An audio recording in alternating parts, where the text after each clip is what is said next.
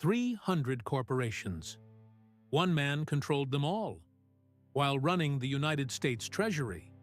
For 11 years, under 3 different presidents, Andrew Mellon was the most powerful person in America who never held elected office.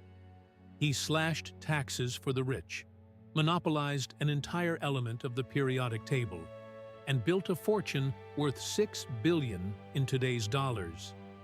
Then the economy collapsed, and they came for him. This is the playbook of the man who owned America's money. Lesson 1. Control the bank. Control everything. Andrew Mellon was born in 1855 in Pittsburgh, the son of a judge who ran a private bank. By 17, he was working the ledgers. By 27, he owned the bank entirely. But Mellon wasn't interested in being a banker. He was interested in what a banker could become. Every entrepreneur who walked through his door needed capital. Mellon gave them money and took ownership in return. He didn't build companies. He funded them, controlled them, and collected from all of them simultaneously. Oil, steel, coal, shipping, construction. By 1900, the financial power of Pittsburgh ran through one building, Mellon's Union Trust.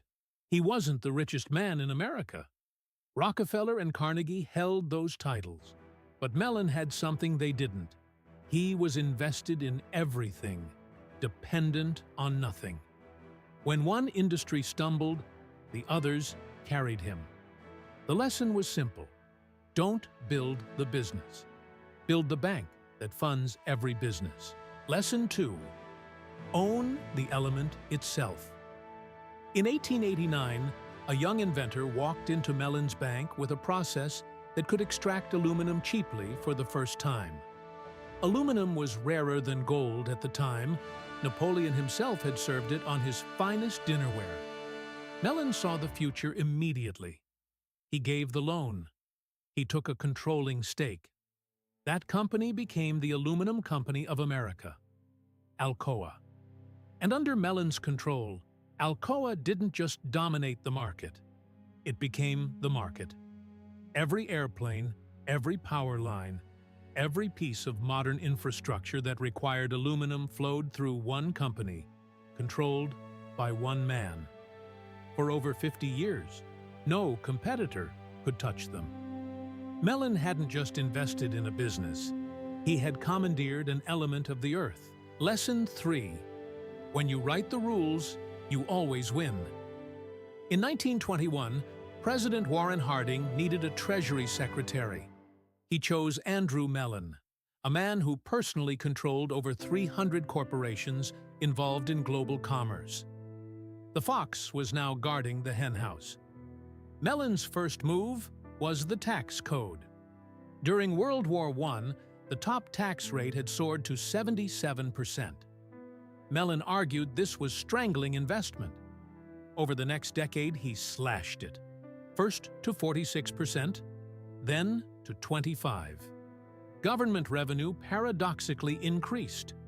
The economy boomed. The roaring 20s roared.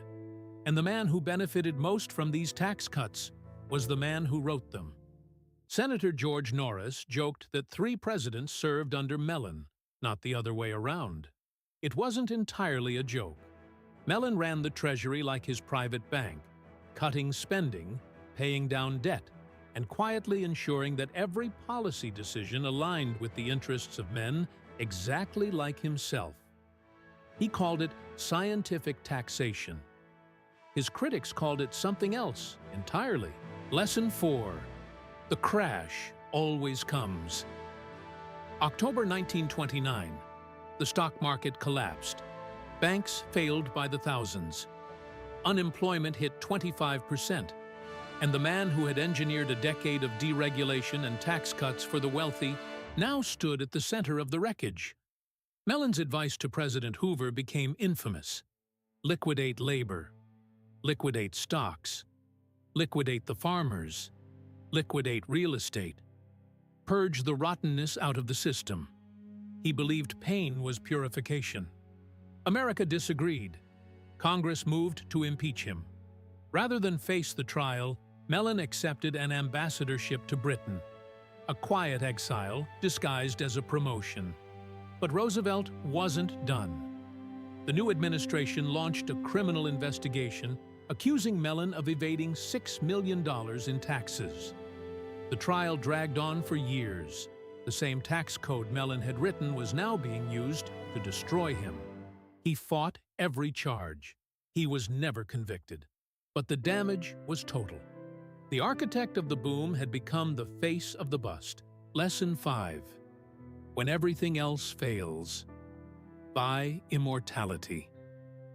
In his final years, while federal prosecutors tried to put him in prison, Mellon was quietly assembling one of the greatest art collections ever created. Raphael's, Vermeer's, Van Eyck's. He spent tens of millions acquiring masterpieces from the Soviet Union, which was liquidating the Hermitage collection to fund Stalin's industrialization. Then he made an offer the government couldn't refuse. He would donate his entire collection, plus the building to house it, to the American people. The National Gallery of Art opened in 1941, 4 years after Mellon's death. Today it stands on the National Mall, one of the most visited museums in the world.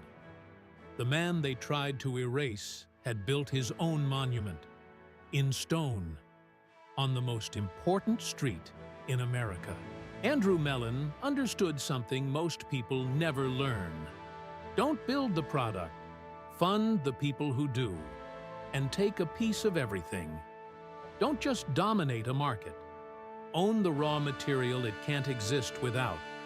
And when you have enough power to write the rules, write them in your favor. It worked for a decade. Then the same system he built consumed him. The Mellon Playbook is the blueprint for modern venture capital, for sovereign wealth, for every fund manager who ever bet on the house instead of the horse. But it comes with a warning etched into the walls of the National Gallery. Empires built on proximity to power only last as long as the power does. If this is your first time here, subscribe. Next week, another empire, another playbook.